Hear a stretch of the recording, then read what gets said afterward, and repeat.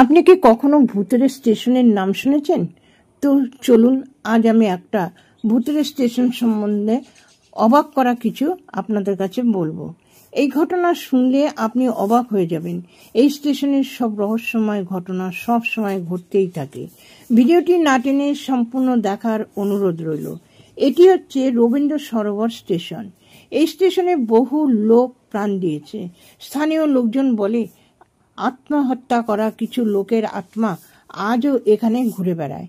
রাত হলেই এখানে নানান রহস্যময় ঘটনা ঘটতেই থাকে।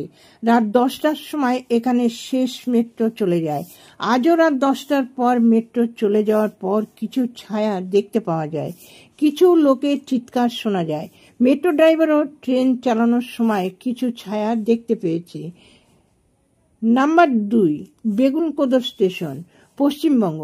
পুরুলিয়া জেলার এই স্টেশন অনেক বছরের পুরনো, কিন্তু বহু বছর এই স্টেশন বন্ধ পড়েছিল। স্থানীয় লোকেদের কথা অনুসারে এই স্টেশনে একটি মেয়ে নাচ গান এবং অত্যাচার করা দেখা যেত।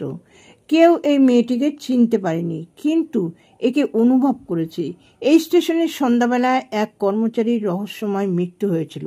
লোকে বলে 42 বছর বন্ধ থাকার পর 2009 সালে এই স্টেশন ফের চালু করা হয়, কিন্তু আজও সন্ধ্যার পর মানুষ এখান দিয়ে যাওয়ার সময় ভয় পায়। সন্ধ্যা হওয়ার পর এখান দিয়ে যে যায় তারই শরীর কেঁপে ওঠে।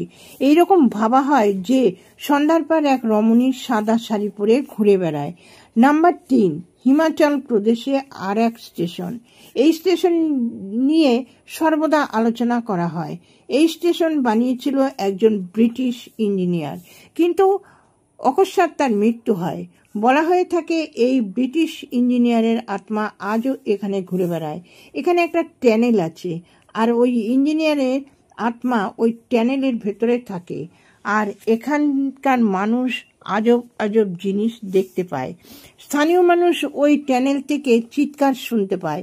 এরপর ওই ট্যানেলে তালা লাগিয়ে দেওয়া হয়, কিন্তু যতবার তালা লাগানো হয় ততবারই কে যেন তালা ভেঙে ফেলে। সবাই বলে ওই ব্রিটিশ ইঞ্জিনিয়ারের মৃত্যুর পর তার দেহ এখানেই কবর দেওয়া হয়েছিল, সেই কারণেই তার আত্মা এখানেই থাকে। নাম্বার 4, উত্তরপ্রদেশ। উত্তরপ্রদেশের প্রয়াগরাজ মজুত মেনি জংশন নামে ভৌতিক ঘটনার জন্য বিখ্যাত।